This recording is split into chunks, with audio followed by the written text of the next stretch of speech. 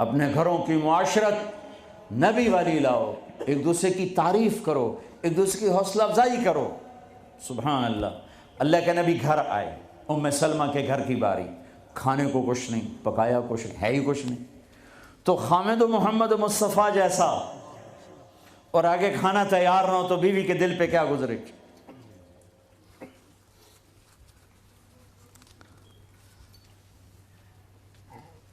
آپ نے پوچھا ام سلمہ کھانا کھانے کو کچھ ہے؟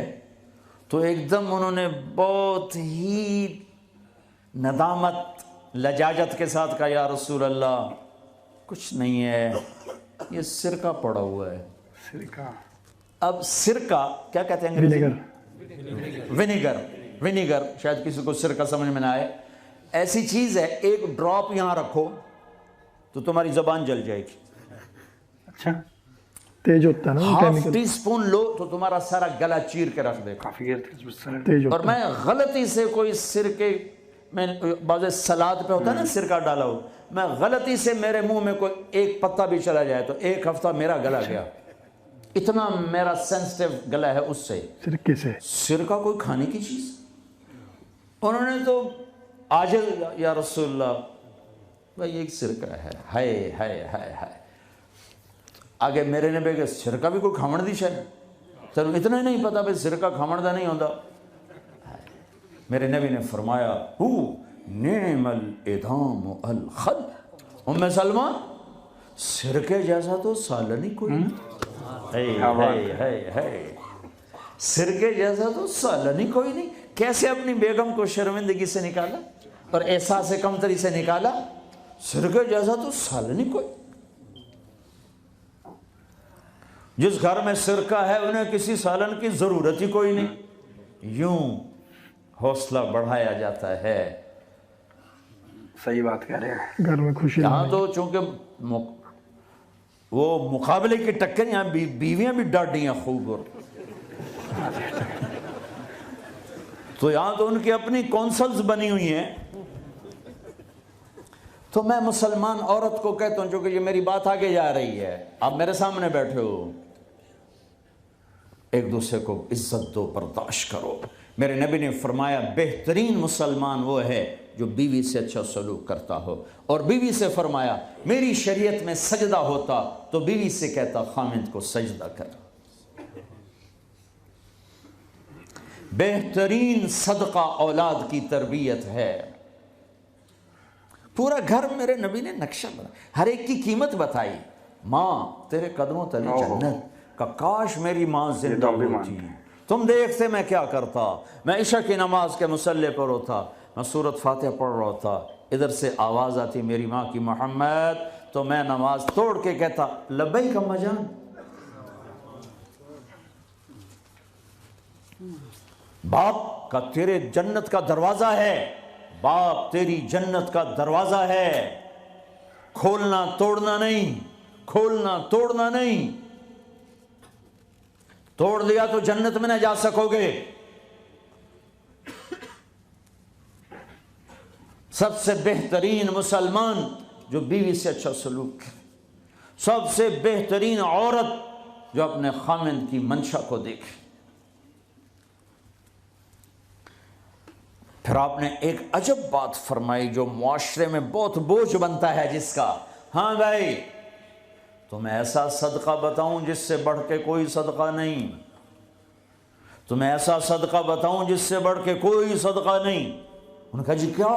کہا الابنۃ المردودہ، جس کی بیٹی کو طلاق ہو گئی یا بیوہ ہو گئی اور گھر واپس آ گئی ماں باپ کے، یا ماں باپ نہیں ہے تو بھائی ہیں، وہ ایک بوجھ بنتی ہے ماں باپ پر بھی، اور بھائی تو ویسے ہی باغی ہو جاتے ہیں۔ میرے نبی نے فرمایا اس بچی پہ خرچ کرنا کائنات کا سب سے افضل صدقہ ہے۔ گھر، ایک گھر کیسے چلتا ہے؟ ہمارے ہاں پنجاب سندھ بلوچستان سرحد میں بہنوں کو وراثت میں کوئی حصہ نہیں ملتا، سب بھائی کھا جاتے ہیں۔ میرے نبی نے فرمایا جس کو اللہ نے 2 بہنیں دیں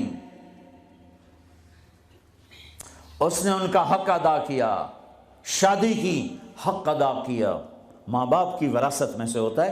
اگر میں نے کوئی خود کمایا ہے اس میں بہنوں کا حق نہیں. ماں باپ سے اگر 1 روپیہ بھی آیا ہے تقسیم کیا جائے گا. جس نے بہنوں کا حق ادا کیا, شادی کی حق ادا کیا, اس پہ جنت واجب ہو گئی.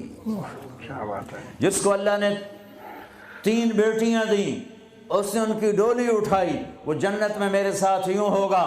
ایک بولے. اگر 2 ہوں, کہ جس نے 2 بیٹیوں کی شادی کی وہ بھی ایسے ہوگا. اللہ بھلا کرے.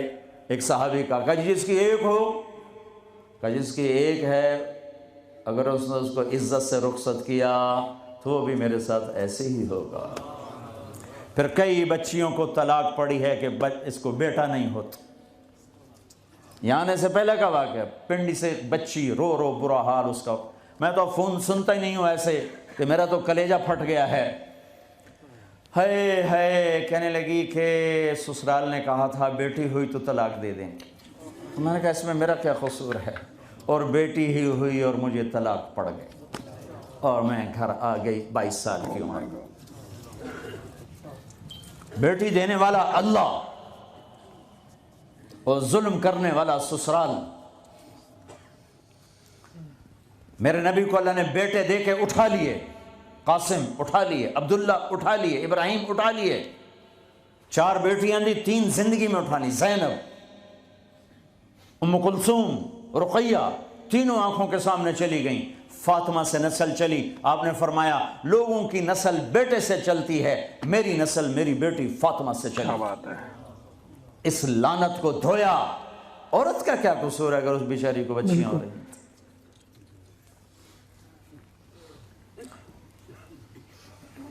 جس نے اپنی بہنوں کو حق ادا کیا, جس نے بیٹیوں کو ڈولے میں بٹھایا, ان کا حق ادا کیا, کہ جنت میں یوں ہو جائے گا. بہنوں کو دینا اتنا ضروری ہے, حرام ہو جاتی ہے روٹی. میں نے مولانا جمشید صاحب میرے استاد ہیں, میں نے ان سے تفسیر پڑھی ہے. میں ایک دن شہد کی بوتل لے کر گیا, پرانی بات ہے 76-77. میں نے کہا حضرت یہ ہدیہ ہے. فرمایا کہاں سے لائے ہو؟ میں کہا جی میرے اپنے باپ کا ہے. فرمایا تیرے باپ نے اپنی بہنوں کو, تیرے باپ نے اپنی بہن یعنی میری پھوپھیوں کو, تیرے باپ نے اپنی بہنوں کو زمین میں سے حصہ دیا تھا؟ یہ سوال کیوں کیا؟ 10 روپے کی شہد کی بوتل تھی اس وقت, کہ اگر دیا تھا تو یہ میں لے لوں گا, اگر نہیں دیا تو پھر یہ حرام ہے, میں نہیں لوں گا. یہ مطلب تیرے باپ نے بہنوں کو حصہ دیا تھا؟ میں کہا جی اللہ کا شکر ہے میرے باپ کی بہنی کوئی 2 بھائی, ساری زمین 2 بھائیوں 2 بھائی. میں نے کہا جی اب موجہ ہی موجہ, بہن تھی کو ہوتی تو کوئی نہ دیتے. پھر کہنے لگے اچھا تیرے دادا نے اپنی بہنوں کو زمین میں سے حصہ دیا تھا؟ میں کہا جی اس لیے میں جمعہ ہی کوئی نہ ہوں. اتنی ریسرچ کے بعد ایک شہد کی بوتل قبول فرمائی. بیٹیوں کو دینا اتنا ضروری ہے.